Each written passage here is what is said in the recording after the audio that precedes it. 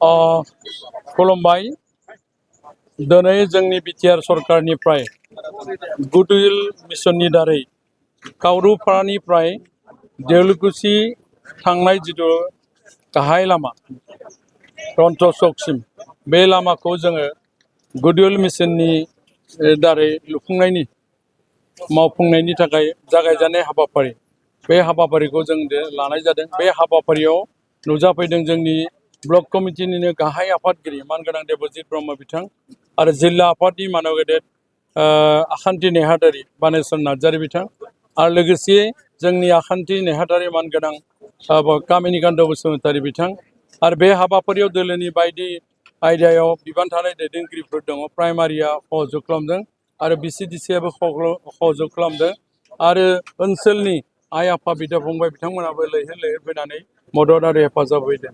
दा बेवहाय नैबे गामिया जोंनि माने एक्स इएम वाटार रिसोर्सनि सासे इएम देवलकुसि बिथांनि न'आ बिथांनिनो थांलाय फैलाय खालामग्रा गाहाय लामा बे लामाखौ बियो गिबियाव बानायदोंमोन।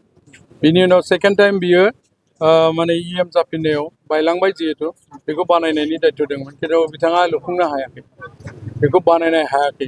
खिन्थु आङो दिनै जिहेतु मानव गेदेर प्रमद सार बिथांनि नाजानायजों अनसायनायजों जोंनि गरेस्वर समस्तियाव देग्लाय एबाराव 5टा बोसोरनि गेजेराव आं दा सारिथा बोसोराव माने 46टा लामा बानायबाय।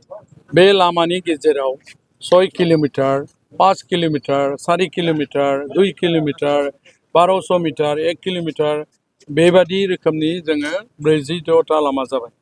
दा बेवहाय आङो मोनसे बाथ्राखौ बुंनो नागिरदों गासै जोंनि रेभिनिउ भिलेजआ 52टा दा बेनि गेजेराव दङ 401 सुबुरुन दा अनेक लामा आरो नांबावगौ माथ्र जोङो 46टा लामा बानायदों।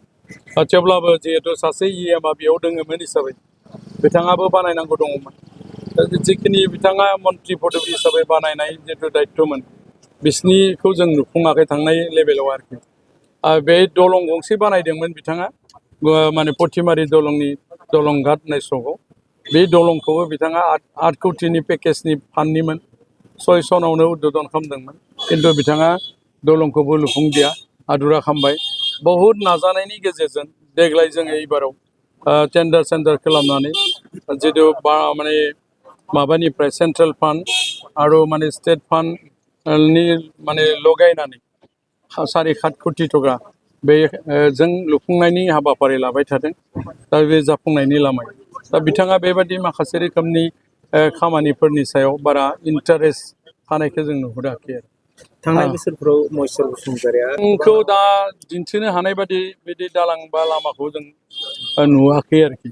दा जिखिनिया जोङो आंनि एमसिएलएयावनो दोङो हिसाबै आंथ' बोसोराव मात्र 50 लाख थाखाल'सो मोनो। थेवब्लाबो प्रमद सार बिथांनि अनसायनाय इएम बिथांमोननि अनसायनाय बिटिआर सरकारनि जिथु अनसायनायाव जथेस्थ' मदद आरो हेफाजाब मोनदों। मेडिकेल सेक्सनानो जा पिडब्लिउडि सेक्सनानो जा हेन्डलुमानो जा प्राय माने 25टा डिपार्टमेन्टसोनि माने आसनिफोर आं मोननो हादों आरो। मेडिकेलाव जेनेबा 3 कौटिजों 2 महलनि बिल्डिं लुफुंबाय।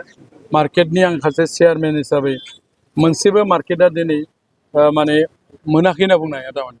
मार्केट सेट हिसाबै आङो बरगुलियाव 37 लाख जोंनि बर' बाजाराव खमबाबो 20 लाख 22 लाख 24 लाख 15 लाख आरो 5 लाख बेबादि होनानै जायगायाव बानायदों। आरो बे 18 लाख थाखा बालाबारियाव 15 लाख थाखा रामपुराव बेबायदिनो हरै माने गबसारानि जिथु माराय गामि बेयाव माने 15 लाखनि माने गुरमुबालाथियाव 18 लाखनि बेबायदि मार्केटआव जिखिनि दायित्व दङ रुरेल एरियायाव बेखिनिखौ बानायनाय जादों आरो।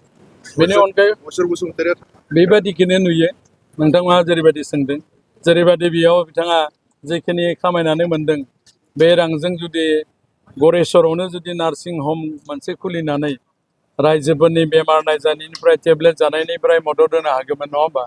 दा बियो इनकाम खालामनाय थाखाखौ राङापारायाव बागान बानायनानै जुदि दोनहैदोंबा माने टि गार्डेन बानायहैदों होनदों बेयावथ' जोंहा जोंनि गरेस्वरनि रायजोनि जेबो लाब जाया नङा होमबा। दा बेनिखायनो जुदि बेहा दिनैनि थारिखआव जुदि खेमता दोङोबा गरेस्वरावनो गंसे नार्सिं हम खुलिनानै रायजोफोरखौ सिबिनो थाखाय आं गुरै खावलायदों।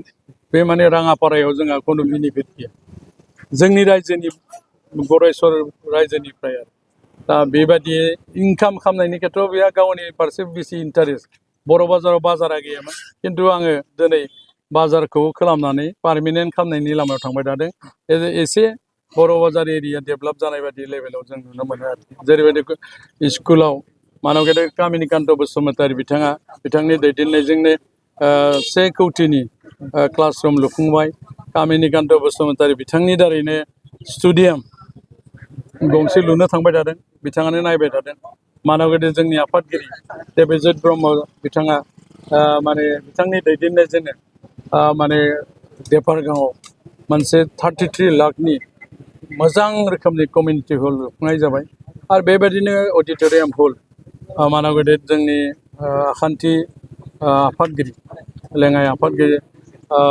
नार्जारिनि दैदेननायजों माने कमिउनिटि हल अडिट'रियाम हलखौ लुफुंनाय जाबाय दा बेबायदि आरो माखासे रोखोमनि खामानिफोर जोङो बयबो दायथ' लालायनानै थिकादारि नङा बयबो दायथ' लालायनानै खामानि मावदों बेनिखायनो समस्थिया एसे मोजां लेभेलाव फैनायखौ नुदों आरो दिनैनि थारिखआव आं दाथियै बुंदों गरेस्वर समस्थिखौ इउपिपिएलनि ट्रेक्टरनि सावगारिखौ लानानैनो जों देरहानो हानाया बास्तब जानानै फैबाय आरोखि खमबाबो जोङो 27,000 बा 26,000 भट मोननायनि लेभेलाव दायो बर्थमान दं लास्ट ममेन्ट जों खमबाबो 22,000 भट मोननानै देरहागोन होननानै आं दिनै दाथियै बुंदों आरो